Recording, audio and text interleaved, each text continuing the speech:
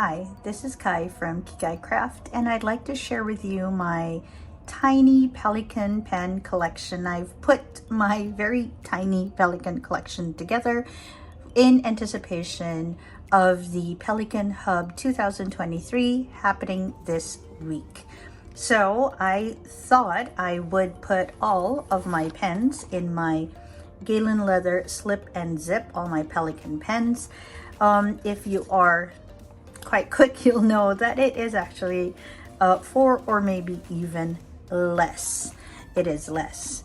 Okay, so we're going to go ahead and unbox it.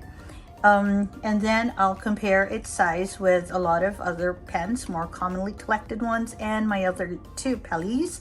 And then I will share with you what my, third, as you have now guessed, Pelikan is. So when you get the Pelikan pen, it usually comes in a white sleeve. The special editions sometimes come in like the shoelace type box. Mine has always come in these because they come from Japan, and the reseller has said that they're usually packaged like this in Japan. This one comes from a reseller found in Fountain Pen Palenque. His name is Calvin, and he so nicely sold this one to me. And so it comes in a very pretty box, looks like this. And when you open it up, you find the pen. It's quite a very quick unboxing, very quick unpackaging. So this is the Pelikan Souverans M405 in silver white. This is a Pelikan limited edition in 2020. So you can see it's some sort of a COVID baby.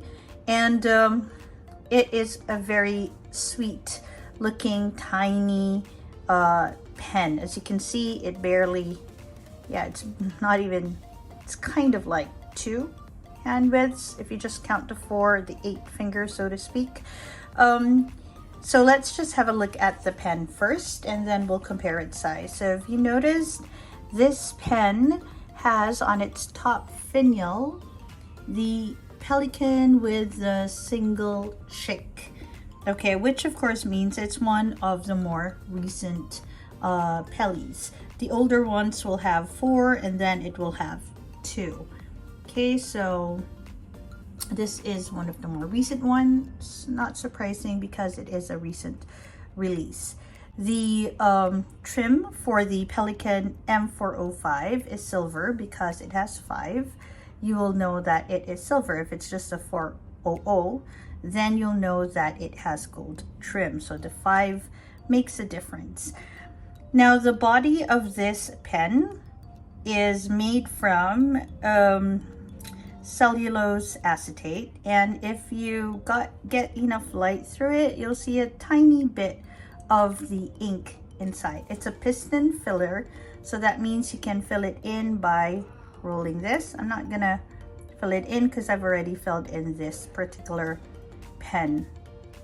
Okay, and it comes with a gold nib. So this is a gold nib. It is 14 carats, and it has rhodium plating on it. It is in EF, extra fine, and it is such a pretty nib, I have to say.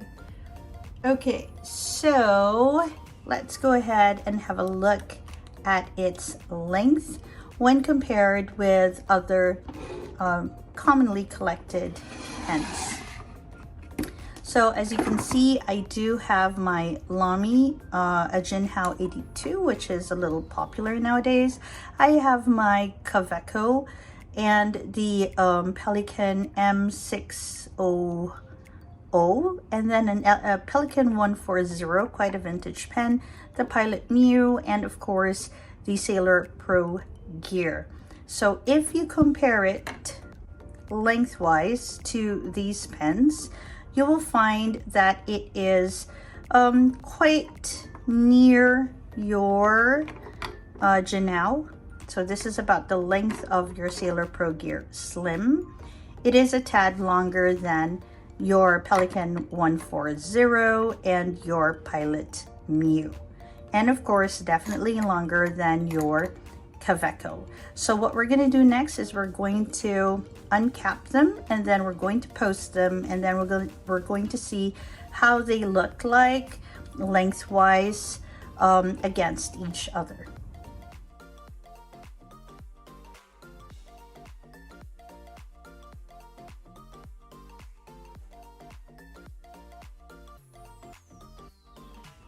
All right, so as you can see, the Pelikan M405 is a tad longer than your Jinhao 82, your Pelikan 140, and your Sailor Pro Gear unposted. It will, however, be shorter than all these other pens, although admittedly the Pilot Mew and the Kaveco are both posted, because that is quite the well, the way I do sort of compare their lengths, because obviously since it is a pocket pen, it'll definitely be shorter when it is unposted. And these are just some of the very few pens that I actually post. Everything else that you see here that are unposted or without the cap at the end, I generally don't post these. So comparison wise, I would say that it is nearly a pocket pen, but not quite. Although I have to also say that it fits quite well in the pocket. So now let's just have a quick look at its at the way it writes. I don't know, sorry, it got a little preoccupied moving those caps to the side. So if you would like to see how it writes, it is quite a good writer. So one of my projects actually is to write a little bit about my pens.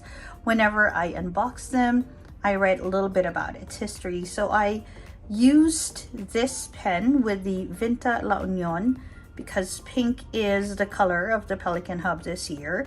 So I thought I'd go get something magenta-ish and pinkish in preparation for that. And as you can see, it is quite a nice writer in extra fine. It is thick enough to be clearly seen when you write, and the pen itself is very comfortable to write with. Now, I wouldn't call this a flex pen, but if you do put in a little bit of pressure, you will see that it does have a tiny bit of line variation, as of course opposed to no pressure. Would I use that as a flex pen? I wouldn't, but because I'm afraid of like splitting the tines and all that.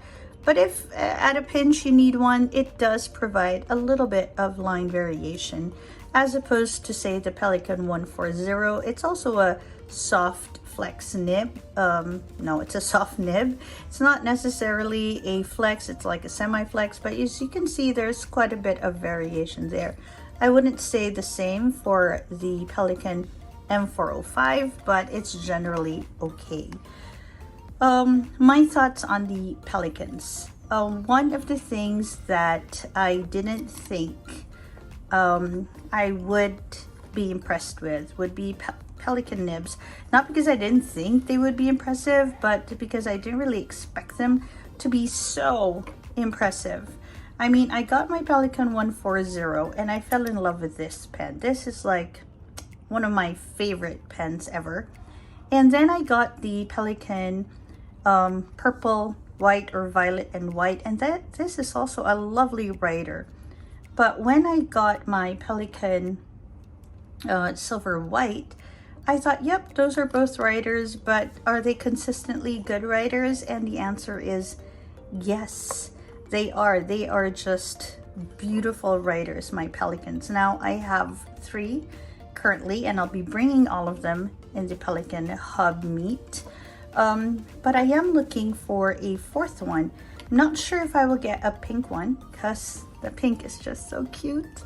Or I'm also thinking of getting a more vintage one, like a Pelikan, what was it? Pelikan 100N, right? Which is much, much older, well, by 10, 15 years than this one. It's also a little bit of a flex.